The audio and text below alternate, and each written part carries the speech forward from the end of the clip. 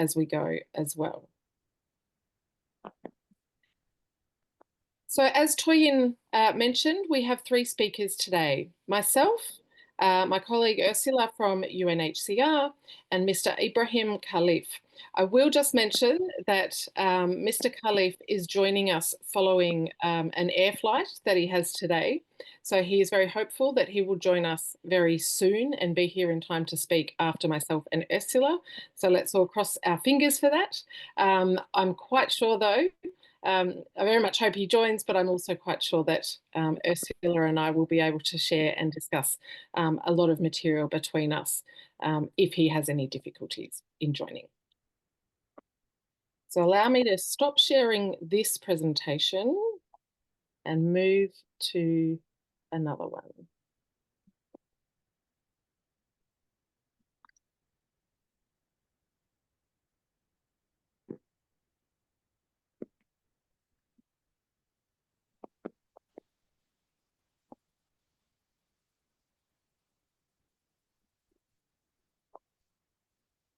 Okay. So all going well, you will now be looking at a different set of slides entitled International Protection for People Displaced Across Borders in the Context of Climate Change and Disasters, a Practical Toolkit. So we decided to have this as our first topic for this year for CMARN, because very recently myself and several colleagues from other universities in the UK and in the US, in collaboration with UNHCR, released a new practical toolkit on international protection for people displaced across borders in the context of climate change and disasters. Now, this is a phenomenon with which all of us, I think, on this, in today's meeting, are very familiar. All of us are working in fields that relate to climate change impacts and disasters, but from very different perspectives, both disciplinary perspectives, geographical and regional perspectives, and looking at different phases of the phenomenon. So some of us are doing research into how we can prevent displacement occurring in the context of climate change, how we can facilitate things like preemptive migration as a form of adaptation, how the human rights of those who move can be protected, as well as, very important, insightful empirical work into what is actually happening to communities, to families and individuals on the ground. Today we're going to look at what is arguably a fairly narrow part of this issue, but we think, or I think, I can speak for Ursula and myself to say that we think is actually a very important one. And that's the role of international protection in protecting people who are displaced across borders in the context of climate change. Now, we know already that most people who are forced to move in the context of climate change don't cross international borders. Most people stay within their own countries. And in fact, Africa has one of the most progressive frameworks in the world for protecting internally displaced people. But we also know that some people will move across an international border. An open question, or an ongoing question, has been whether or under what circumstances those people would qualify for refugee protection. Different views have been taken about this question over time. Initially, advocates and others were very keen to advocate for the protection of so-called climate refugees. In response to that advocacy, refugee lawyers pointed out that actually refugee law is more confined than that, and that refugee law is not really the appropriate tool for dealing with displacement in the context of climate change. We've moved on from that, though, to a much more nuanced position, because over time, we've come to understand better and in more detailed and nuanced ways how climate change does not necessarily itself directly drive movement, but intersects with all sorts of other factors, economic, social and political factors, to impact on people, on communities, and to influence decisions to move. So we can't say that climate displacement happens over here and refugee protection happens somewhere else. We know that there will be overlap between those two things. So our question now turns to, where is the overlap? No one would suggest that everyone who moves in the context of climate change will qualify for refugee protection, but some people will. And so we need to good understanding of when and how that will be the case. Now, there's, of course, not just one source of refugee protection. There are a number. The main international instrument being the 1951 Convention relating to the status of refugees, and in Africa, the 1969 OAU Convention governing the specific aspects of refugee problems in Africa. There's also human rights-based complementary protection, which I'm not going to talk about so much because it's not operationalised very much within Africa. But many of you will know that Africa's Regional Refugee Protection Instrument is a very important source of protection and a very progressive one, particularly because it expands the concept of refugee protection beyond the 1951 Convention to protect people fleeing more widespread and indiscriminate forms of harm. And I'll come back to that in a moment. The practical toolkit, which was recently released, aims to provide guidance to decision makers, governments, and legal practitioners about how to apply established principles of international refugee law to refugee claims or displacement situations involving climate change and disasters. So the toolkit is not intended to try to expand or change the scope of refugee law. It is intended to interpret existing refugee law. It also applies irrespective of whether climate change or a disaster scenario is the immediate or direct trigger for displacement, or rather part of the broader context from which, in which displacement occurs. You can access the toolkit online. I have a link at the end and I'll pop one into the chat in a moment as well. There's the full toolkit and there's also a shorter overview document. The overview document sets out key principles for decision making and for applying the law of international protection in this context. Those key principles are intended to apply across all jurisdictions and all the different legal frameworks. Many of those key principles try to overcome or to set right some of the common misconceptions about refugee law and climate change. I mentioned that this is a collaboration between several institutions, so myself and Jane McAdam at the Kaldor Centre for International Refugee Law, as well as colleagues from the Centre for Gender and Refugee Studies in the US and the Human Rights Law Centre at the University of Essex. And we've been able to collaborate with UNHCR colleagues around the world, including in Africa, in developing the practical toolkit.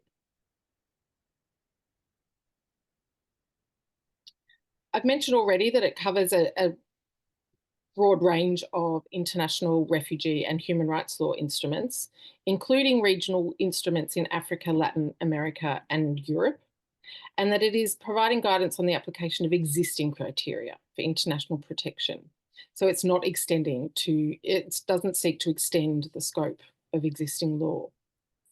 It draws on some existing guidance by UNHCR and others on the application of refugee law in the climate change context. In particular, in 2020, UNHCR issued legal considerations on claims in this context. It also draws on an emerging body of case law from several countries where decision makers are already engaging very closely with this issue. Unfortunately, we don't have a lot of available case law on the application of refugee law in African countries, but this might be an avenue for future development. We also hope that the practical toolkit will support the development of national level guidance. Prior to the toolkit, our colleagues at CGRS in the US developed a practice advisory specifically for decision makers in the United States that takes into account some of the nuances of the domestic refugee law there. And we hope that people in other countries might be able to take up the practical toolkit to do similar things in their jurisdictions. This is an overview of the table of contents, but just sharing this to give you a sense of what's included. There's the 5 key considerations, as I mentioned at the outset, which should guide all decision-making and all the work done on applying refugee law to climate change-related claims. Then the toolkit goes through the different frameworks that might apply, including the international and regional frameworks. I'm going to share briefly the 5 key considerations that are set out in the toolkit, and then some of the material about the African regional framework in particular. So as I mentioned, the key considerations are intended to guide the application of international protection principles to claims involving climate change and disasters, even regardless of whether the climate change or disaster impacts are the immediate driver of displacement. So, for example, a person, experiences a severe cyclone, it washes away their house, and they travel to the nearest place they can find safety, which happens to be across an international border. But it also applies when people are displaced in more complex scenarios, where perhaps there is a generalised situation of insecurity or even conflict. There's widespread poverty, which is affecting insecurity. And then on top of that comes climate change, which further disrupts the drought and rainy season patterns, or is creating dry seasons which are longer or more severe and more difficult to cope with. And all of these things together might eventually create a sort of tipping point where people think, we just can't manage here anymore. We need to go elsewhere. We're going to go to the nearest large city and look for an alternative source of work, but perhaps the nearest large city is across the international border. So both of those scenarios would be captured in the practical toolkit, and both of those would benefit, an international protection claim made in both of those scenarios should take into account the key considerations. The first one is probably the most important one, and that is that there are no special rules for international protection claims involving climate change and disasters. You don't need to be a climate change scientist or specialist to decide these claims. Decision makers and legal practitioners should approach claims involving climate change and disasters in exactly the same way as they approach all other international protection claims. That is, by applying the legal criteria to the facts at hand in the case. And those facts, and this is key consideration 2, should be taken as a whole. So key consideration 2 is that the hazardscape should be considered as a whole. We don't just think about the risks posed by climate change, the risks posed by the storm or the drought or the flooding. You have to look at all of the risks that a person is exposed to within the whole hazardscape and take them into account as a whole when applying the relevant legal criteria. Key consideration 3 is that climate change and disaster affect people in different ways. When we first started discussing the role of refugee law in this context, one of the criticisms of that was that refugee law is about people who face discrimination or who are individually targeted. And climate change doesn't do that. The climate change affects everyone equally. But we know now that that is simply not the case, that the impacts that that climate change has on people, on communities, and on families can differ significantly depending on their social status, individual characteristics, access to resources and other supports, and other factors. So we shouldn't assume that everyone facing a particular scenario will be impacted the same way or face the same degree of risk. Key consideration 4 is that human agency contributes to the impacts of climate change and disasters. We used to talk about natural disasters, but we know now that no disaster is natural. There are natural hazards, of course, things like too much rain, not enough rain, storms. But whether they constitute a disaster and how they actually impact on people depends very much on the way that governments respond, the pre-existing capacities and vulnerabilities of the people affected, and things like that. These are all things that have human components to them.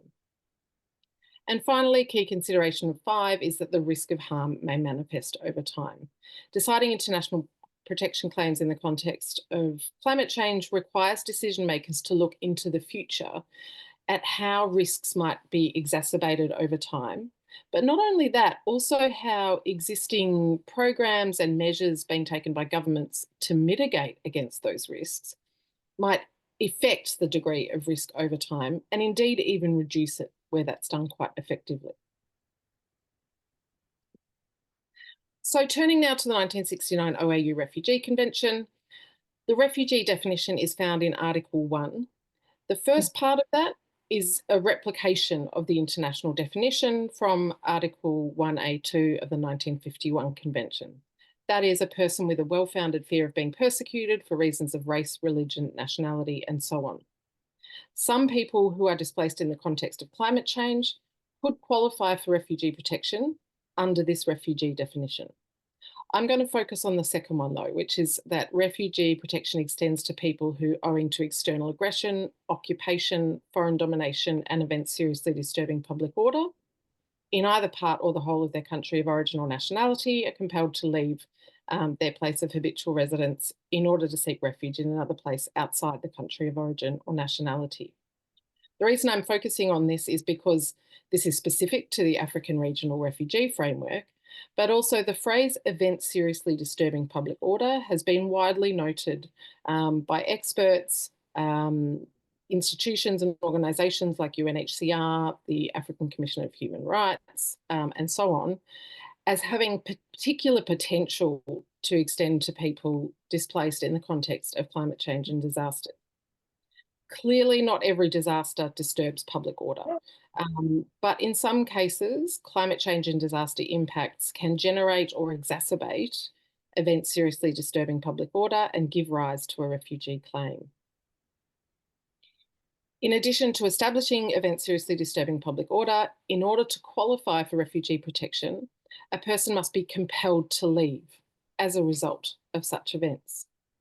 And here, that point that I made about the fact that climate change and disasters affect different people differently is quite important. Often, Africa's regional refugee definition has been applied on a group basis. So, everyone fleeing such and such a storm or cyclone would qualify as a refugee.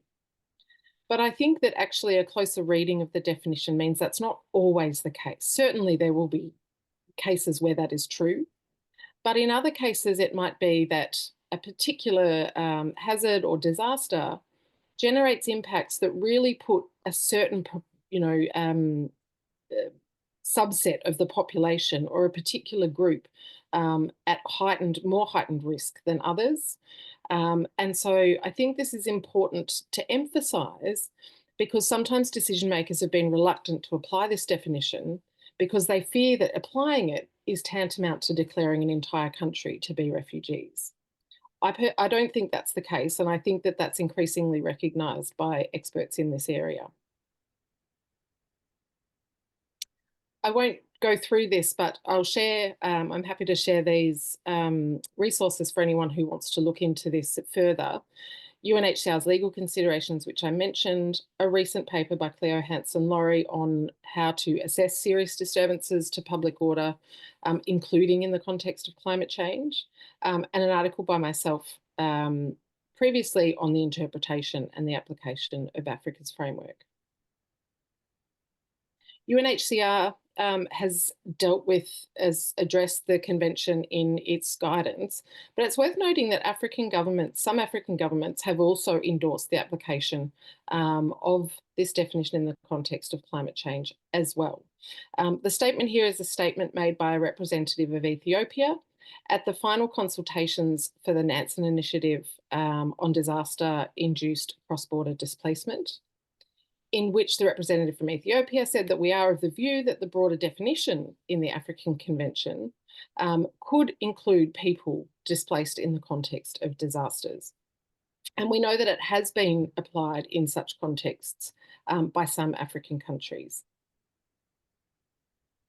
The key components of this, and I won't go into this too much because this is very much a, refugee lawyers love a definition, but I'm not sure that everyone does. But it does sort of really point to how the way that we interpret and understand the words and the phrases in the context of climate change is actually very important.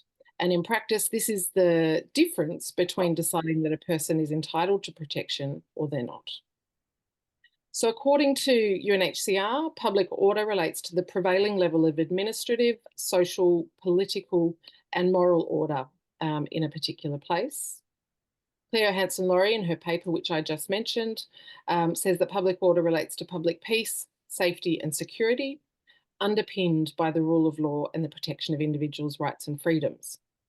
So these are the things that we would look to see if these things have been disturbed in deciding whether refugee law might apply. In order to qualify as a serious disturbance to public order, Hansen-Laurie says that the disturbance needs to involve widespread or generalised threats to the rights to life, physical integrity, and or liberty of individuals in a society. The disturbance affects society at large, and the state is unable or unwilling to restore public order. These are all notions that are very familiar in refugee law. The idea is when people are at risk in their home country and where they're not able to be protected, to access protection within their own country, the international community can step in via international protection to take on that role of protector. Very helpfully for decision makers and those who are dealing with refugee law in practice within refugee status determination systems or within governments making decisions, particularly about group recognition of refugees. Hansen-Laurie has set out a set of factual indicators to help decision makers work out when we have events seriously disturbing public order. So in my own research many years ago, I interviewed decision makers about this very question. How do you know when you have events seriously disturbing public order? And often the answer was, we just have to see how bad it is. If it's really bad, then it's events seriously disturbing public order.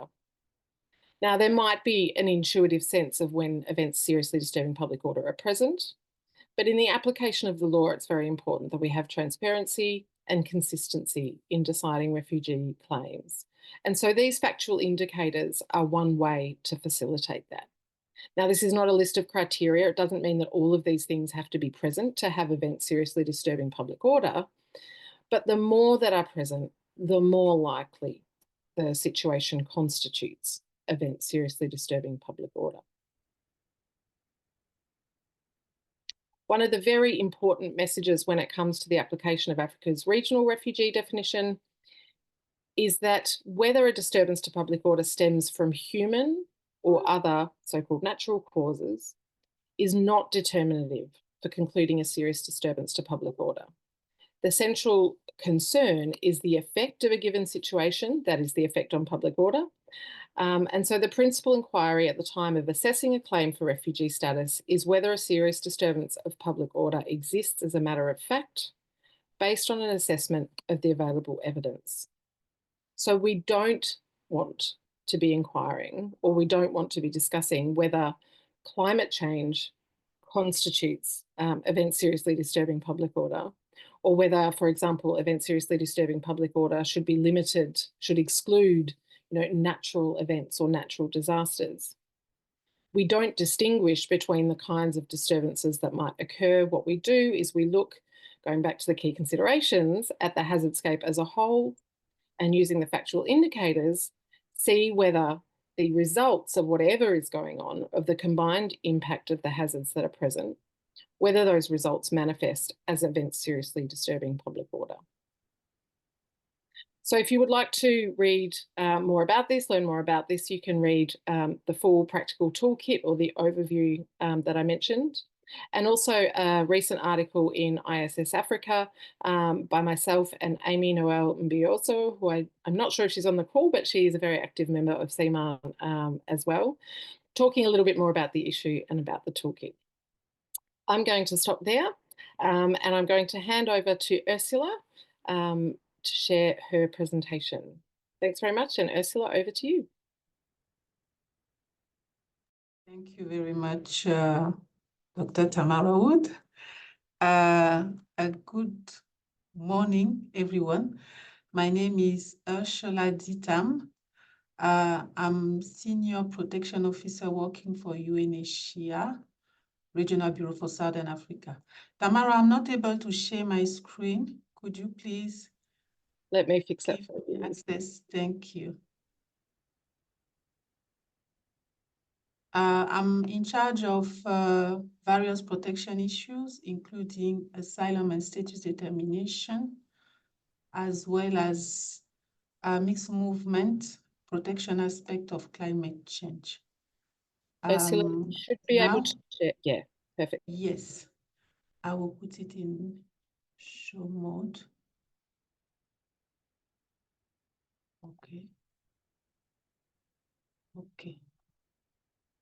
Good. So, thanks again for the opportunity to present a brief overview of UNHCR role in addressing climate change and disaster displacement, with a focus on the research project conducted in partnership with University of Pretoria and its Center for Human Rights on the applicability of the 1969 Convention to Cross-Border Movement Induced by Climate Change.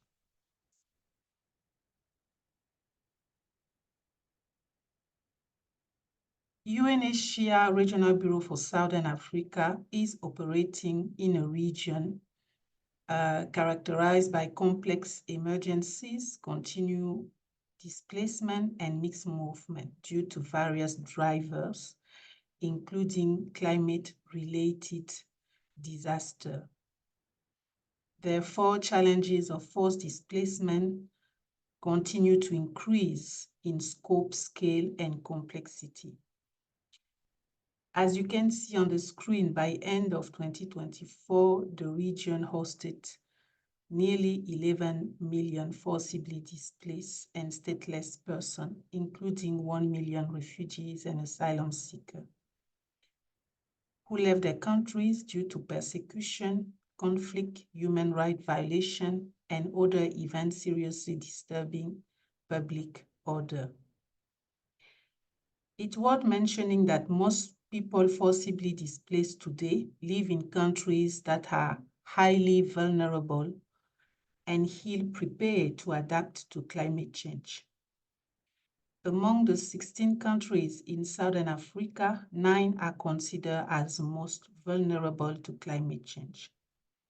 These 9 countries are the largest in terms of forcibly displaced population, as they host 97% of forcibly displaced communities. We are witnessing displacement of a population within these countries, but also some trends of cross-border displacement following climate-related disasters. Most refugees and internally displaced people also come from highly climate vulnerable countries where weather shocks and worsening climatic conditions add to the challenges that make sustained peace and safe return difficult to achieve.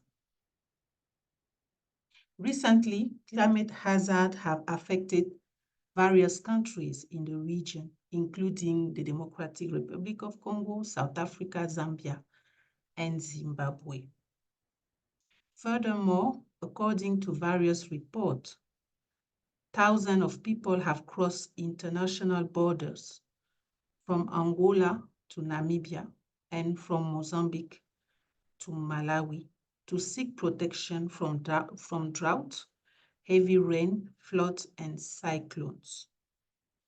This raised the question of the status of people who are forced to cross a national border to be safe due to extreme weather events. Without help to prepare for withstand and recover from climate-related shocks, they also face increased risks of becoming displaced again. Addressing climate change as a root cause of displacement is crucial to breaking this cycle and finding lasting solutions.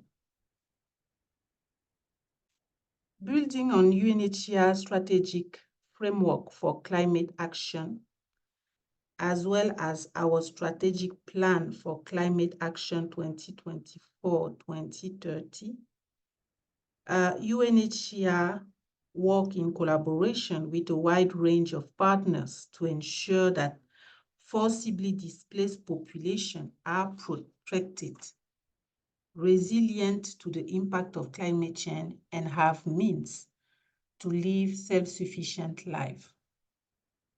In March 2023, we signed a partnership agreement with University of Pretoria and its Center for Human Rights to carry out a research project with Dr. Tamara Wood as lead researcher to explore the extended interpretation of the 1969 OAU Refugee Convention to persons who cross border because of adverse effects of climate change and natural hazards.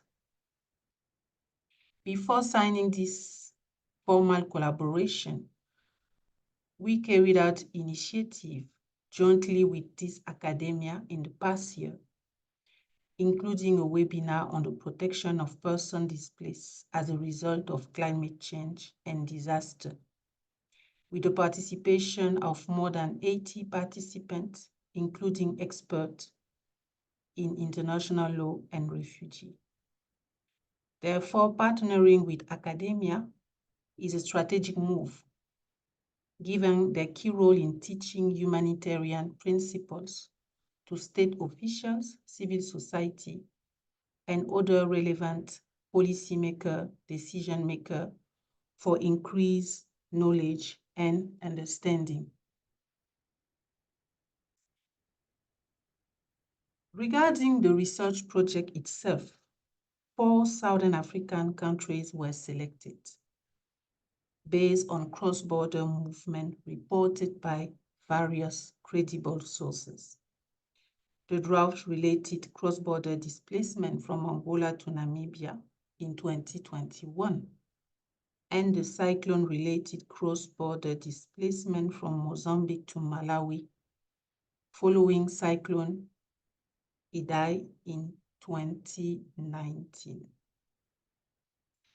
The purpose of this study is fourfold and aims to better understand and analyze concrete situations where the adverse effect of climate change, environmental degradation are considered to have seriously impacted a country's public order based on key indicators presented by Dr. Wood earlier, pushing people to leave their country of origin or of habitual residence to seek safety or protection beyond borders, potentially giving rise to the application of the OAU Convention, Article 1, Paragraph 2. In line with UNHCR protection mandate, the project focuses on situations of displaced people across borders that may give rise to the application of the Article 1 of the OAU Convention exclusively. Where we stand actually with the research project, I would like to mention that this project started in 2023 and it's still ongoing with the aim of completing it this year in 2025.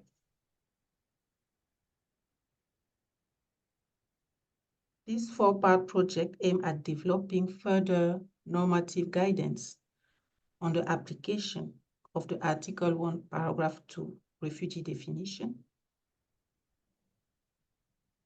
in the context of adverse effects of climate change. The completion of this research project, including the final report with legal recommendation, will be supported and validated by a steering committee composed of multi-stakeholders, including the African Union, especially the African Commission on Human and People Rights, regional economic communities, and other relevant experts working in this area, and academia as well.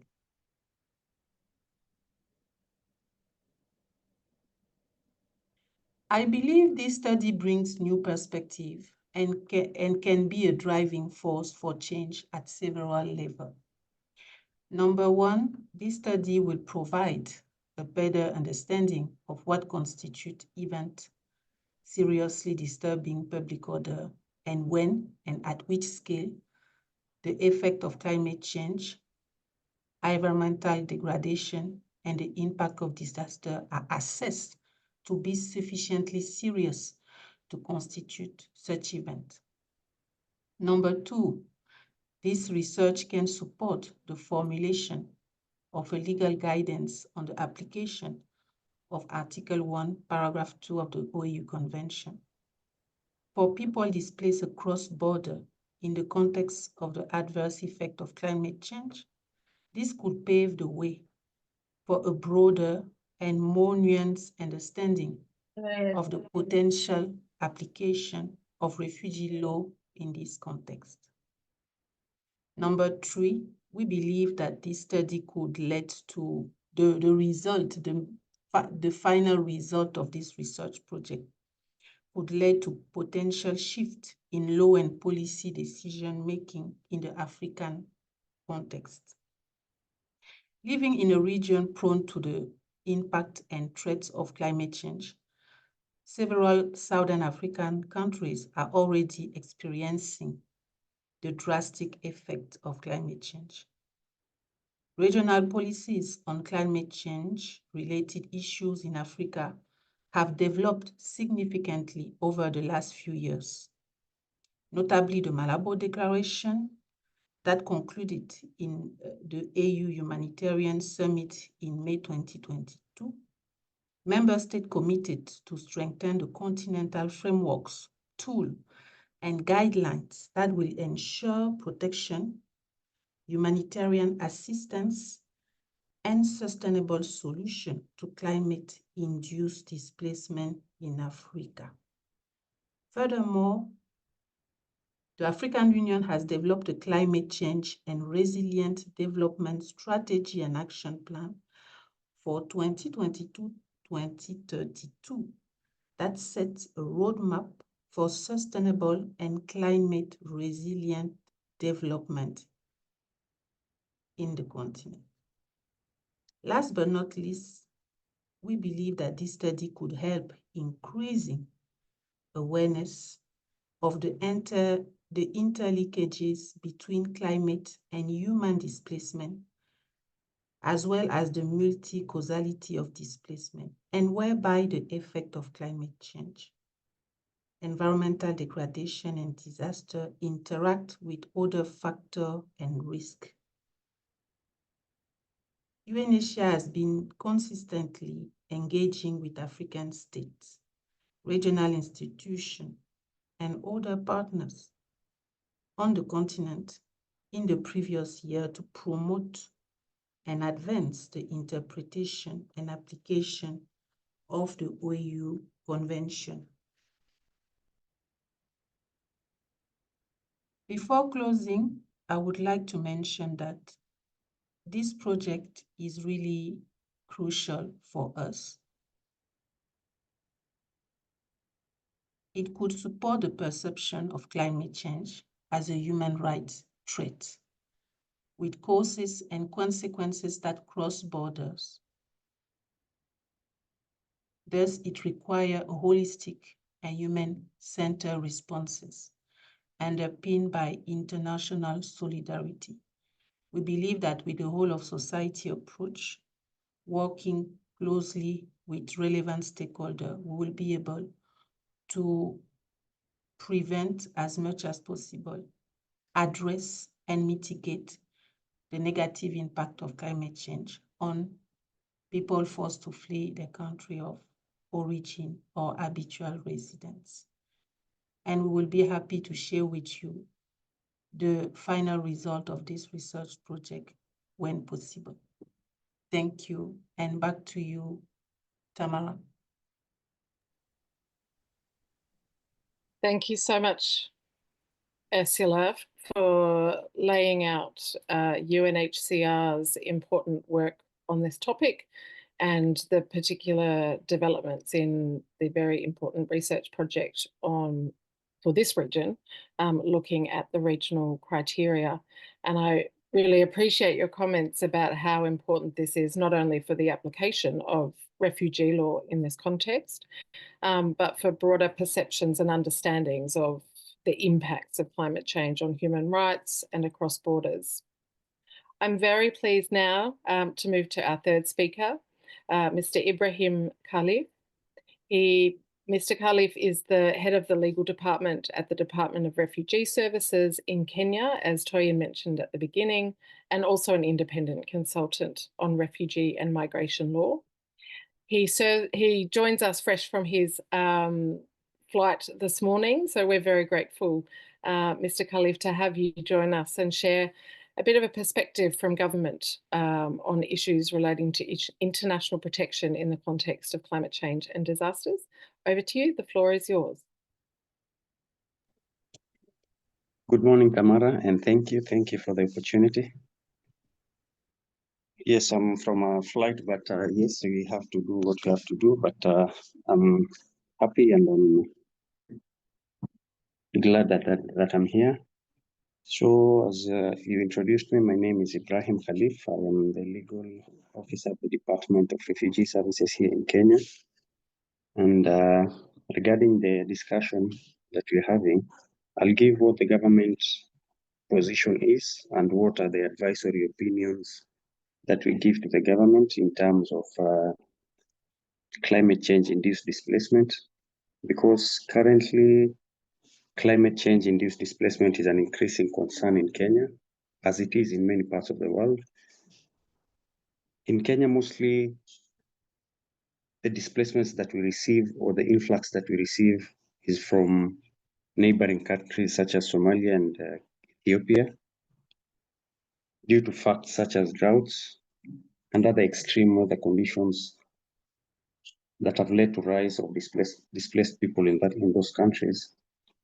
However, the rural communities, particularly those dependent on agriculture and pastoralism, are the most vulnerable to the impacts of the changing climate patterns.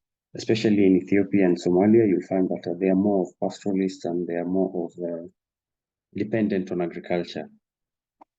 So the government position is that we developed a new refugee legal framework, which is a Refugee Act of 2021. We are still in the process of implementing and ensuring that we achieve the objective of the law. The law is not clear also as it is in the convention. It does not provide for climate change displaced persons. It does not offer protection. However, we have our own internal standard operating guidelines. In 2023, I managed to be part of a team that went to the border between Kenya and Somalia, where we had an influx of over 800 Somali nationals who came to Kenya on grounds that there was extreme weather conditions in Somalia, which made them flee to Kenya. So from there, what we did is that we do an assessment to determine the nature of persecution that they have in their country of origin. Some of them were of the view that we are only here temporarily. If the climate gets well or if it rains in our country of origin, we are willing to go back. We did that with the relevant partners such as UNHCR and IOM, and also WFP assisted us. So in such a scenario, the government offers temporary protection. We gave them temporary protection, in terms of food, shelter, and sanitation. We assisted them temporarily, but the government also considered some of the most vulnerable people who wanted to seek asylum, and they were granted asylum based on those grounds. And of course, they were sensitized also on what the Kenyan law says about refugee management in Kenya, and also on the cessation clause, and also on the repatriation. So we had to sensitize them so that they are aware of what they are doing, so that they don't just seek asylum and then the following day they say they want to go back to the country of origin. So currently what we do as a protection to climate change induced displacement is we do an assessment. We try and identify whether there's a protection concern due to the adverse effect of climate change. If we ascertain that indeed the person requires protection, then we usually admit them as asylum seekers in the country. And of course, we usually sensitize them on what the Kenyan law says, what the international law says on refugee management. But one thing I'd like to mention also is that the legal and policy framework that we have is more of a robust legal and policy framework, which, as much as it does not address the climate change and displacement, we usually have an open door policy. Open door policy in the sense that, let's say we have refugees registered in a country like Ethiopia, and then they also move again to Kenya to seek asylum due to maybe adverse effect of climate change in Ethiopia. As much as they're secondary movers or onward movers, we usually try and assess. The main thing we try to find out in the assessment is the need for protection. If there is also need for protection in the first country of asylum, then the country here in Kenya, the government usually grants them the effective protection as provided by the international frameworks and the national framework. So in a nutshell, that is what the government of Kenya does. However, there's also a plan that the government of Kenya is trying to implement in refugee management. It is known as the Shirika plan. The plan is more of a policy where the government tries to move from an encampment policy to more of an integrated settlement, where the refugees and the host communities will live together in integrated settlements. But one important thing in the plan also, it considers climate change displacement. What it does is that where we are hosting refugees currently in Kenya, the leaders or the politicians in those areas really raised issues through the parliament, through the parliamentary committee, and they said that the environment there and the climate change, a lot is being done which is not sustainable to the environment. So we put a pillar in that plan to ensure that we consider climate change displacement, and we also mitigate the climate change risks and the disaster management risks that might arise. So also as a country here in Kenya, we are trying to put programs and mechanisms to ensure that the environment is used and the environment is used in a sustainable manner, both at the host communities where refugees are hosted and also at the refugee reception centers where we receive them, where we host them temporarily. We ensure that we have programs and we create awareness due to the climate change and also the environmental protection. So it is an ongoing discussion, and we are also thinking of coming up with some rules or regulations also to protect individuals who might have fled because of climate change. Although the challenge sometimes is also that someone might come into the country, once they cross the border, they say that we have fled because of climate change. But in real sense, when we do the assessment, we try to unpack what their claim is. They voluntarily say that once it rains or once the climate change effects have reduced in our country of origin, we are willing to go back. In that circumstance, we don't register them as asylum seekers. We only give them a temporary protection. And from that temporary protection, we facilitate their shelter, their food, and their accommodation through the relevant partners that we have. But it's an ongoing discussion as well in Kenya. And we are trying to see how best maybe we can also expand or unpack the definition of both the UN Convention of 1951 and also the 1969 OAU Convention. And discussions are ongoing well, and our advisory opinion to the government was that the adverse effect of climate change, if we unpack it, it might not be the main cause for displacement, but it is also an amplifier. It also adds, for lack of a better word, salt to the injury, so that these people also flee because of that part of adverse effect of climate change. So with that, we are waiting for the government to give us an approval on that. Once we get that approval, then I think we're going to maybe adopt it as a good practice, or maybe also, if need be, or if the government approves as well, maybe we can also include it as part of the law. But currently, we don't have that in the law. We are just doing it as a good practice. Yes, and finally, I think it's a good initiative that Tamara, you're leading. It's a very good initiative, because climate change-induced displacement also in Kenya is an urgent issue that requires comprehensive strategies in addressing the prevention and mitigation and adaptation as well. Of course, while there are a lot of frameworks in place, we also need better coordination, more funding, and maybe stronger legal protection are needed to safeguard the displaced populations in Kenya and around the region, because Kenya is more or less the more politically stable country in the East African and the Great Lakes region.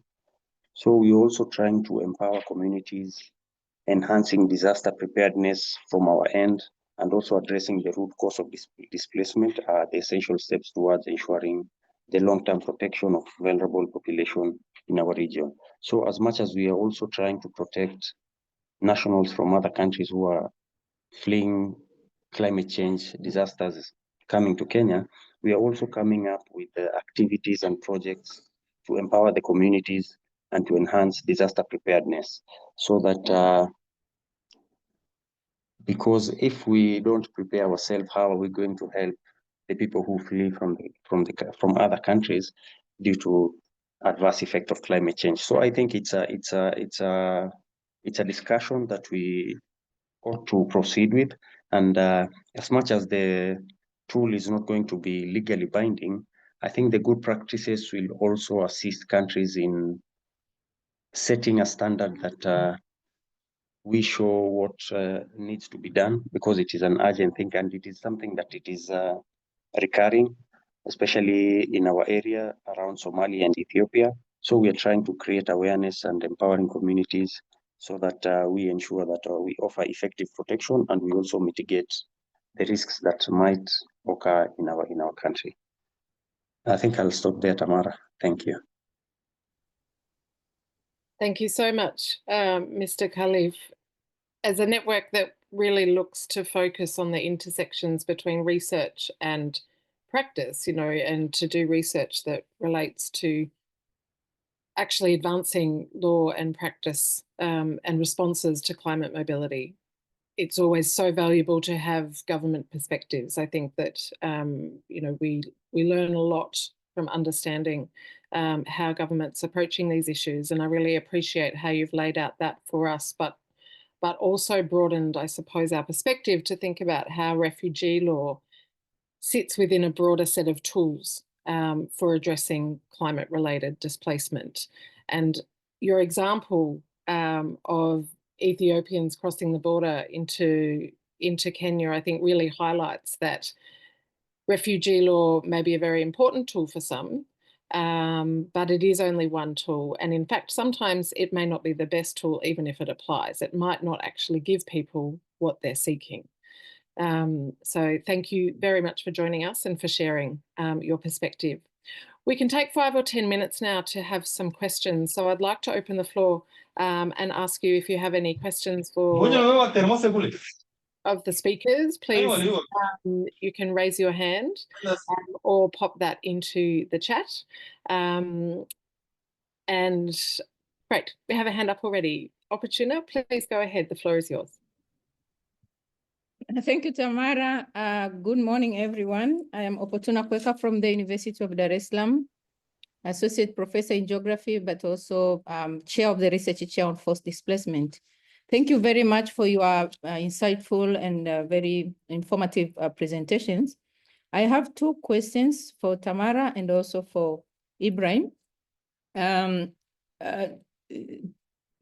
I'm reading Tamara, I'm actually getting two schools of thoughts on issues of whether climate change should also be subsumed under the so-called refugee management regime, which you kind of show how it is justified by the OAU Convention. And I'm curious to know whether there are any efforts that you are doing, because we know that the refugee management regime is actually suffering, especially with the humanitarian aid regime. But also there is another wing of the COP where we are trying to say, maybe we should try to go to COP and see how we can merge the two kind of systems that are sort of emerging in the global separately, but they have a lot in common, which I will call protecting those who are in need, especially the displaced people, irrespective of their causes. So I wish to hear from you on what efforts are going on in as far as sort of merging these two camps and try to speak to each other, especially because of the fewer resources that we are facing right now in the global for the those who are forced to displace. The second goes to Ibrahim, and thank you, Ibrahim, for coming to present to us. Rarely we get people from the government to talk to us. And I'm also having another project that I'm working with Dr. Nyandiko in Kenya on climate-induced displacement. Ibrahim has mostly told us about people who are already refugees with a refugee status in northern Kenya. But I'm curious to, and thank you for bringing up the Shirika plan, because it's something that we are reading, but to hear from you people is also something that helps us to learn more.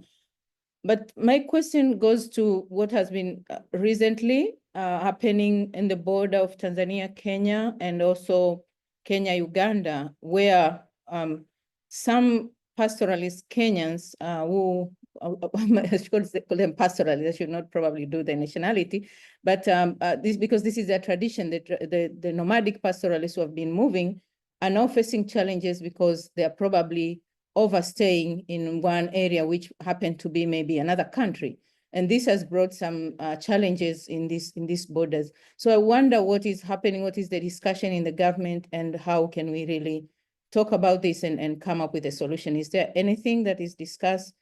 There are policies and laws that are guiding these groups because they're suffering because also of their livelihood, but they used to get it from the other side of the border. Thank you. Thank you, Opportuna. Both great questions. We have two more hands up, so I propose that we'll take a round of three people's questions, and then we'll go to responses. So Andawasa, over to you.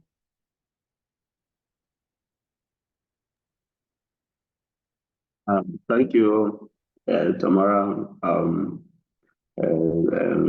for that great presentation, and as well as Ursula.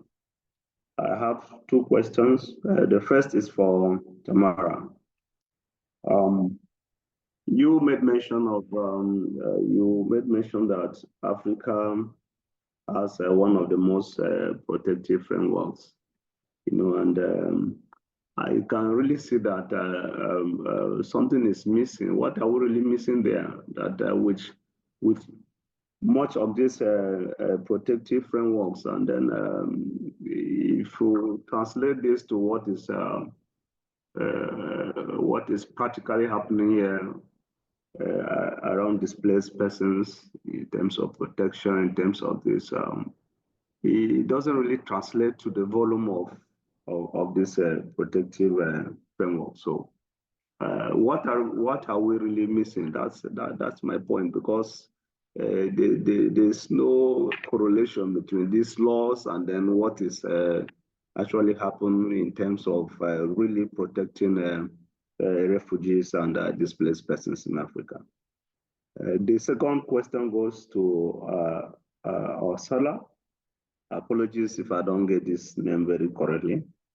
I really want to know, in most of the countries, some of the countries she mentioned about displacement, there are also conflicts. There are also countries that affected by armed conflicts, the level of armed conflicts in places like DR Congo and some of these countries that, that very. So I really want to have a clear picture if clearly people who were displaced by armed conflicts were separated from those that were displaced by climate change, or a kind of a mix up of this, because you have high level of displacement as a result of armed conflicts on one hand, and then on the other hand, you also have climate.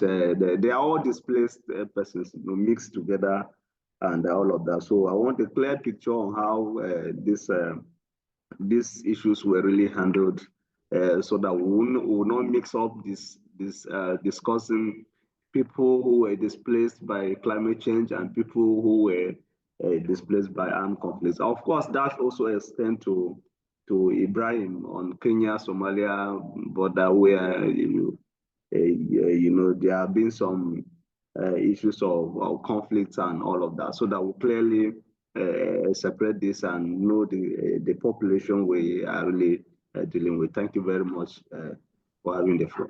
Thank you. Thank you, Andawasa. Two more excellent questions. Ngozi Eunice, over to you. You have the floor.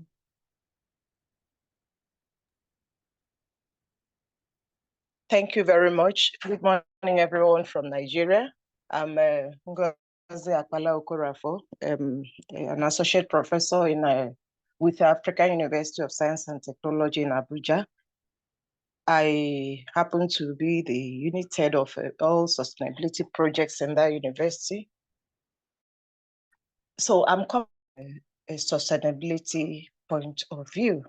I heard it say that refugee rights, should be considered, migration rights should be considered human rights. I'm not an expert in migration laws, but what I'm looking at, and the question I have to ask is this: if migration as a result of climate change, climate disasters are made like we want to advocate human rights law, where does it leave the question of polluter pay principle? The other one is, where does it, how do we reconcile that? Because if it's a human rights issue, it means that the country they're migrating to is obligated to accept them. Do we have consideration for whether the country they're migrating to is able to absorb them or not in these laws and advocacies that, we are planning on? I'm just asking for enlightenment. I need to I want to understand. So supposing the country they're migrating to is not able to absorb them, so what happens? And my concern, the other concern I have is, if it's so easy for one to migrate to another country because of the climate change disasters in their own country, nobody says they must stay there. Does it not make people relax? Who is to be held accountable now for the problems of climate change, being that we have also said here that they are caused by human activities? These are the things I really would like some clarifications on how we are going to be treating this. Thank you. Thank you very much, and a very pressing issue, I think, often in practice. Let's pause there. I'm going to turn to my colleagues for some responses. I think if we can keep our responses relatively short, we can take the last few questions before we close this part of the session. Mr. Khalif, I might hand the floor to you first to respond. Over to you. Thank you for the questions. Thank you, Tamara. To start with the question about the border region between Kenya, Tanzania, Kenya, Uganda. Yes, of course, we agree that the border region between the three countries faces challenges, especially for communities living in the area in terms of livelihood. And the challenges are combination of maybe socio-economic challenges, political challenges, environment challenges, and economic factors that influence the people's ability to stay or to move in one area to another. The solutions that maybe I know you asked whether there's a regulation or there are laws to protect the people who move and stay for longer periods in another country. I mean, in Kenya, what we do is that we have tried to develop some certain aspects that might be part of the solutions, including joint border management, mediation and conflict resolutions, of course, in areas where there's conflict in the border regions. And then we also have climate resilience programs. All these, we do them in order to address these challenges. But ultimately, the main thing that I think we need to do, and so that we come up with a solution, is that the border regions, of course, they face certain unique set of challenges that require, of course, cooperation between the countries, innovative solutions and investments in both infrastructure and people. And of course, one of the main things that we try to do is to ensure that there's a joint initiatives to enhance climate resilience from Kenya and Tanzania and Uganda. And of course, we cannot do this without improved legal frameworks and also to better cross-border cooperation. We currently have the one-stop border post between Kenya and Tanzania, where our services are merged as under one roof. You come from Kenya, you enter the same office, you issue the services there and then, and you proceed either to Tanzania or you come to Kenya. So these challenges can be addressed in order to ensure that communities have the support they need in order to stay in the area while they're improving their livelihoods. I think that was the first part of the question. And then the issue about the question about polluter pays principle. I know, Tamara, you're going to talk about that, but maybe I just mention something about polluter pays principle, which is an important tool for encouraging environmental responsibility and sustainability. And also it gives the burden of accountability. Who are we going to hold accountable for the pollution of the environment? Of course, it is something that its enforcement or its implementation is more or less a bit, if I may say, difficult, because most of the countries lack enforcement mechanisms to the principle. But however, of course, while these challenges still exist, implementing the principle, particularly in cross-border or long-term environmental issues, is a central.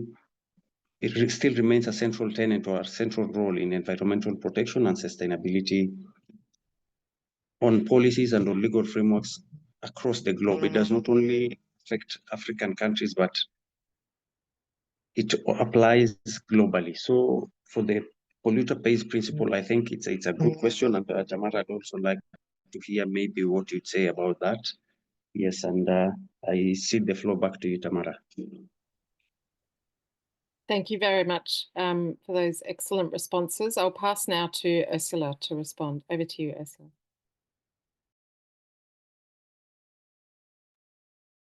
Thank you, Tamara, for the floor, and thank you for the question. Very valid question. Indeed, in Southern Africa,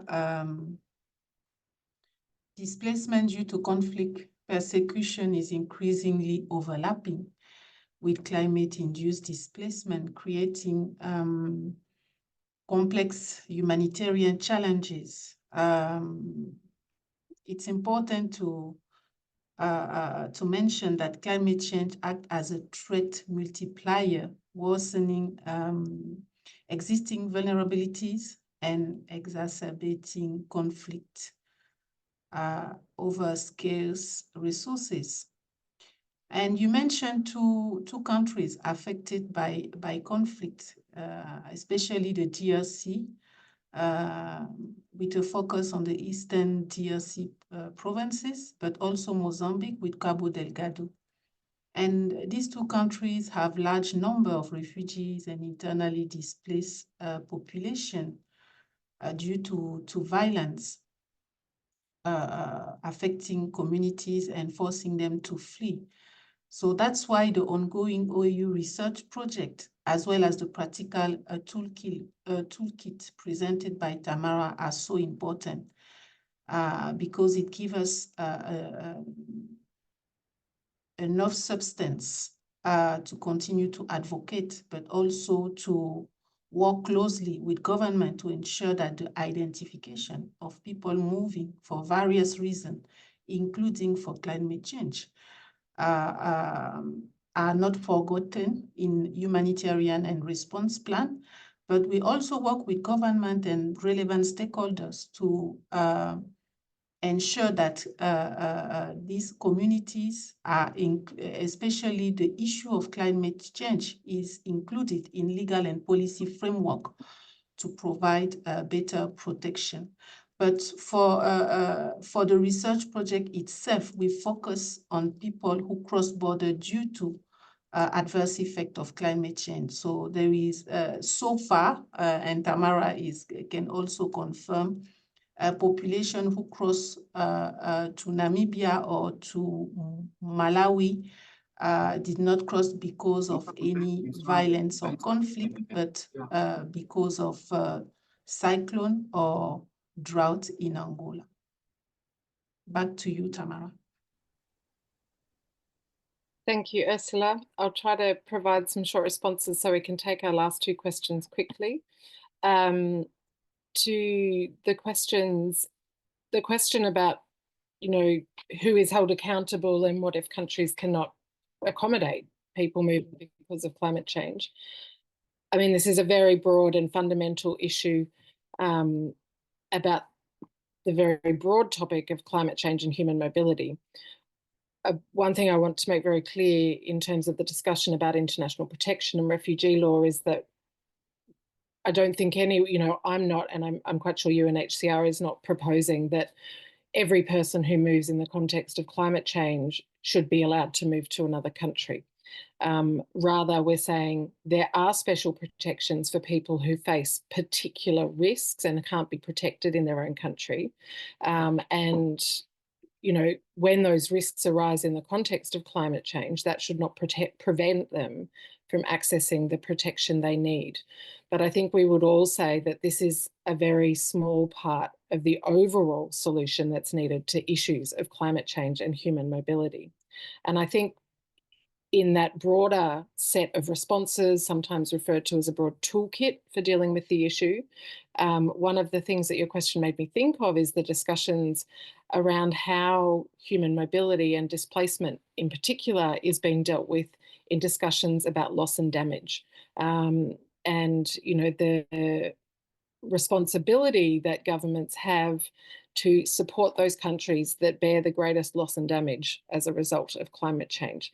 I can see several names on this call of people who could talk more about that than I can, but it is increasingly recognised that displacement is a form of loss and damage and should be considered in that way.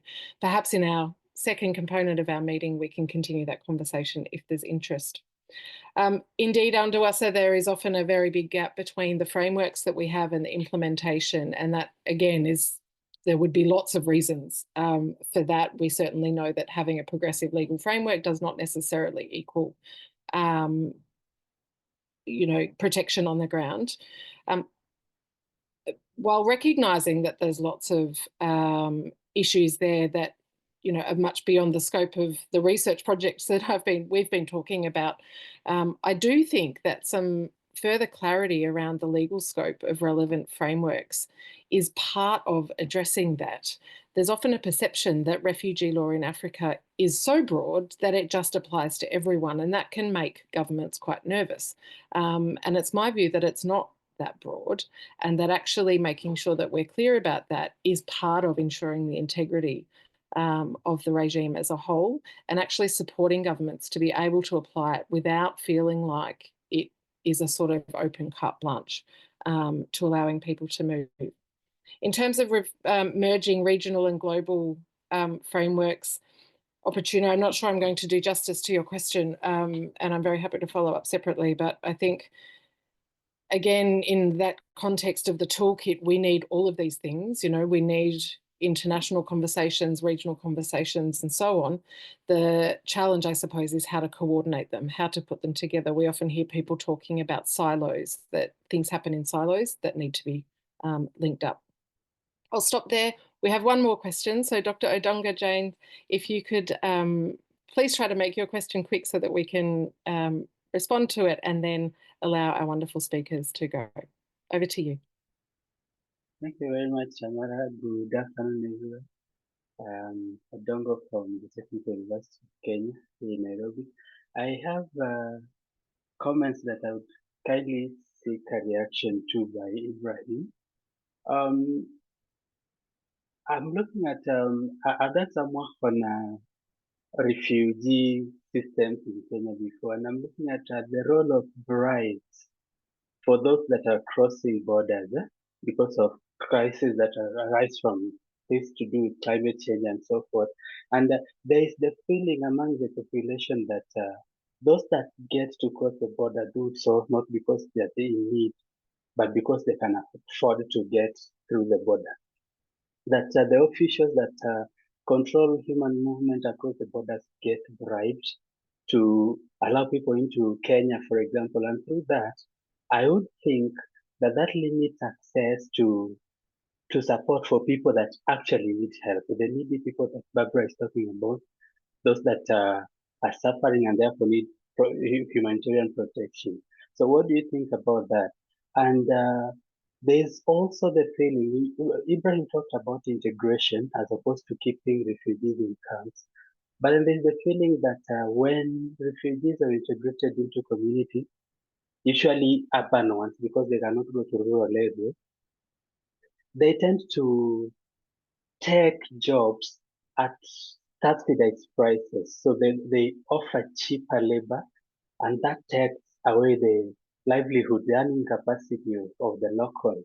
And then do we consider the labor needs for cities where we resettle these people? Because at the end of the day, when they start feeling that the refugees are taking away jobs and they're lowering the incomes for people, then that can create tension and, in effect, conflicts that can also result in secondary migration for the refugees.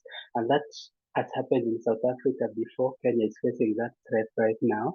So what is the government doing to address that, or how best can we address that? And the third thing that I observed, which I think may need attention, I talked about bribed entry into countries, but then through that bribed entry, bribed access to secondary countries by refugees, comes the establishment of illegal crime networks that get people into the countries, and they're also used to transport illegal commodities into economies where they're not supposed to take place, and that erodes incomes for local businesses. It brings about trade conflict. It reduces government taxes, and through such kind of illegal regimes, then we find that there is that unwillingness by governments, as Barbara shortly mentioned before, to accommodate refugees because they come with a big load of challenges,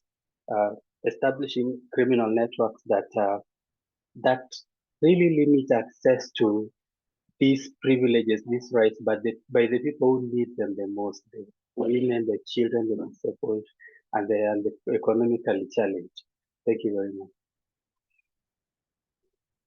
Thank you, Dr. Odongo. Mr. Khalif, would you like to respond?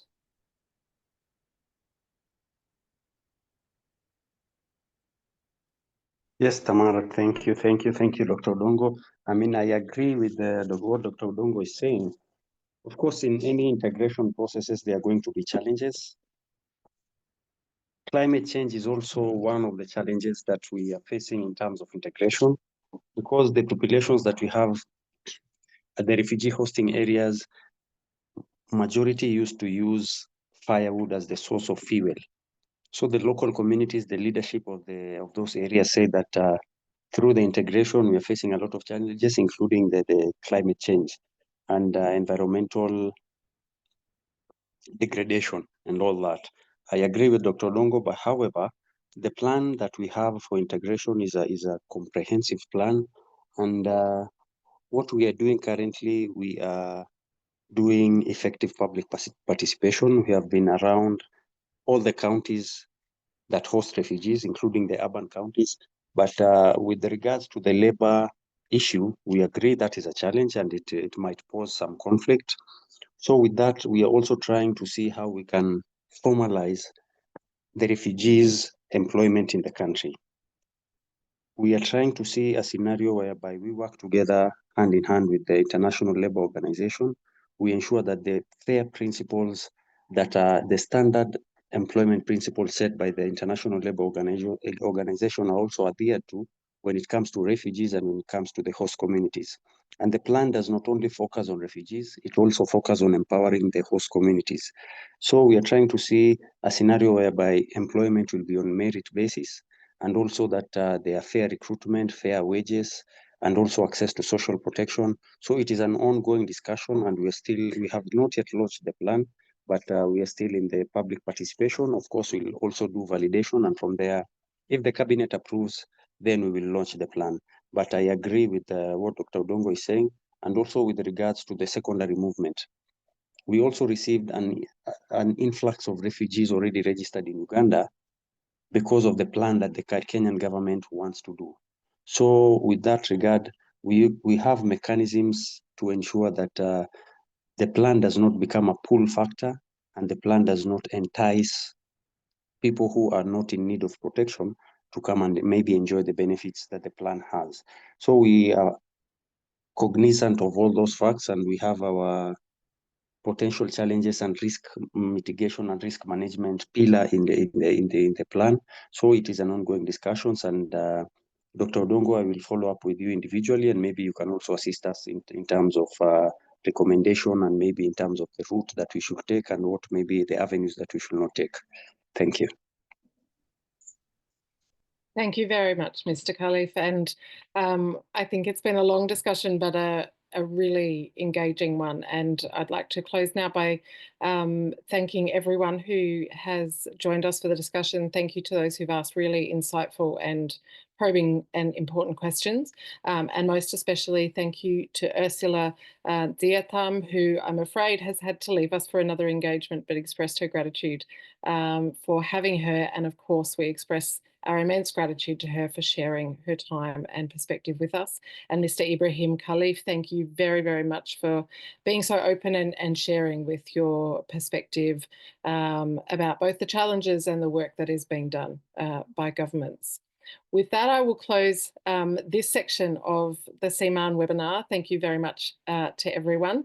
Thankfully, we have some more time together now to have a more informal discussion where we can pick up some of these threads if we want, or perhaps hear more about the work that you are all doing now that we've discussed some of this work. I'm going to hand now back to Toyin and to Thabo to take us through part 2 of our meeting. Thank you, everyone. Thank you very much, Tamara. I'd like to say a very big thank you